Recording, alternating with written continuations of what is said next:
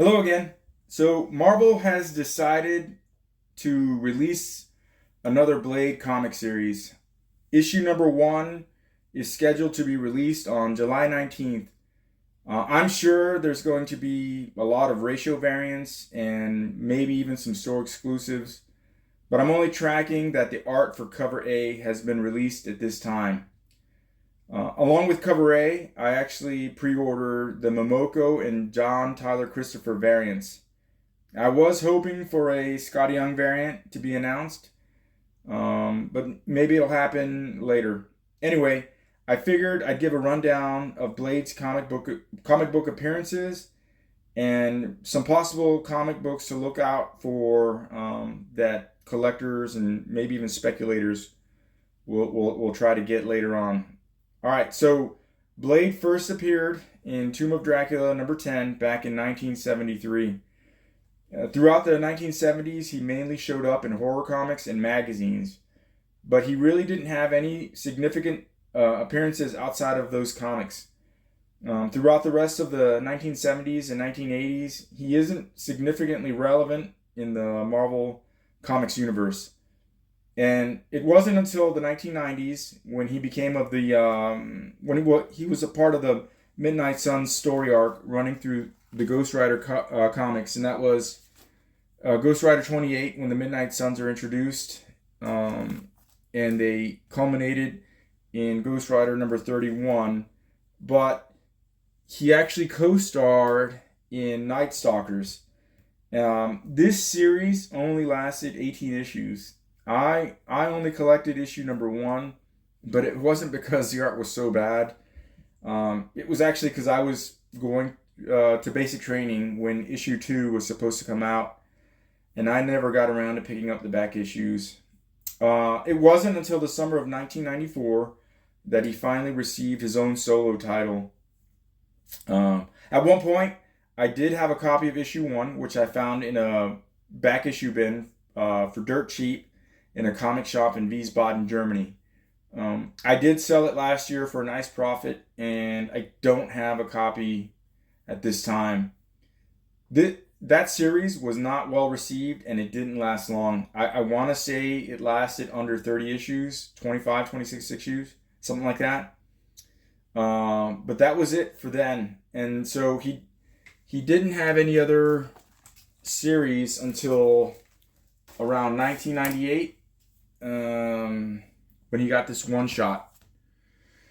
After this one shot, he received another mini, which was actually titled Strange Tales from Marvel Blade. And so I have some cover A's of 1, 2, and 3. There are some variants specifically for issue 1. There's a Wesley Snipes photo variant that is very collectible. So after that, a couple years went by, and well, around the same time, there was this Sins of the Father one shot with art by Bart Sears, and so this led into another 6-issue mini of Blade number 1. And this miniseries actually featured a Wizard 1/2. I think this was... So the Wizard 1/2, published 1999. I'll have to get a copy of... an ungraded copy to see what the date of that was. But this series did have a white variant, and it's pretty collectible. So this white variant goes for a premium, and as of this recording, it has a CGC census count, or for the 9/8, there are only 8 copies. So my 2 9/8 were the 4th and 5th copies to be graded at a 9.8. And I'm going to hold on to these for a minute. We'll see what happens when the new movie comes out. But issue number 2 did have another Wesley Snipes photo variant. And at one point I did have 5 copies. but I sold off one and I only have 4 copies at this time. After that, he did, well, he was supposed to get another 6-issue mini. Only 3 issues of that series were published. I've never seen these comics and I don't know much about them, so I'm going to be on the hunt for them. But after that supposed 6-issue miniseries that never was completed, he received a 6-issue mini, for which this is issue number 1. After that, there was a 12-issue miniseries titled "It Takes One to Kill Blade." That's issue 1. And the one of the more collectible issues of this run was this issue number 5, where it's a Civil War tie-in, and he has a disagreement with Wolverine. This, what's depicted on the cover, doesn't actually happen in the comics, but it's people have gravitated somewhat to this comic because of the graphic nature of it. But it's a pretty cool cover, and it is slightly collectible. All right. So after all that in the Civil War event, he doesn't have very many appearances, but he reappears in 2008 in the Captain Britain and MI-13 series, specifically issue number 5, and he remained on the team for the remainder of the series. Unfortunately, this series never caught on, and it was canceled after 15 issues and an annual. So, but in my opinion, this was a great read, and I really wish that it had caught on. More recently, Blade has been a member of the Avengers, and he's even had a couple of one-shots, and that was Vampire Nation. This is a variant, and The Death of Doctor Strange. So I've got some catching up to do, but he's apparently a sheriff, and Dracula has come back after his demise, and he's the sheriff of this whatever this community is. Okay, so last fall, Marvel did introduce his daughter, Brielle, and she's had a couple of appearances. There was I believe, a winter special. I have a couple copies, and I do have a 9.8 of her free comic book day first appearance.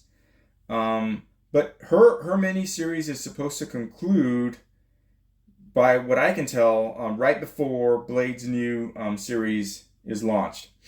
So it seems as though Marvel has some bigger plans for Brielle and Blade. Now, I think it's important to note that even after a few movies back in the 90s, Blade never received any real love from the comic collecting world. I personally wasn't drawn to the character until the Captain Britain and MI-13 series. And so it wasn't until the new movie was announced that his first appearance in Tomb of Dracula 10 really started picking up some significant gains in the secondary market. So that being said, I think some comics to look out for from a speculation perspective are Tomb of Dracula number 10, and I believe Tomb of Dracula number 13, which features his origin. I don't own a copy of that. There's also Marvel Preview number 3. This was the first time he headlined a title, but that is in a magazine format. There's also Adventure into Fear number 24. That's very collectible. This is the first time he meets and goes up against Morbius. I once owned a very beat up copy of this comic, and I do regret selling it. I haven't gotten around to replacing it. Again, there's also his first solo number 1. Any of the Blade Wesley Snipes photo variants, I believe, will become more collectible. Once again, I believe his this white variant. Again, there's some first appearances in this one, so maybe that'll pick up. Especially if some of those characters are introduced. Now, one comic that is completely off the radar is this Blade mini comic that was a part of that was included in the Blade Trinity DVD. Now, this is the first and only appearance of Abigail Whistler in comics. If Marvel is ever able to do anything with that character, I think this is a comic that can probably blow up. And sealed versions of this DVD, of which I've managed to excuse me, collect another three copies, are very cheap. But I mean, maybe New Line Cinema owns the rights, and that's probably why she hasn't been used. Anyway, I digress. Back to the new number 1 that's coming out. Elena Casagrande, the artist, I think she's absolutely going to kill it in the interior art. Her art in the recent Black Widow series was amazing, absolutely amazing. I'm not sure about the writer. I've never read any of his previous works, but I hope he does a good job. Just a word of caution for anyone out there that may consider loading up on copies of issue number 1. We already know there's a bunch of variants. There might be some store variants that come out. Marvel over the last few years has a very bad track record of relaunching titles. But not only that, Blade has never ever been able to maintain an ongoing for more than 12 issues. Part of the Night Stalkers, that lasted a little more than 12 issues.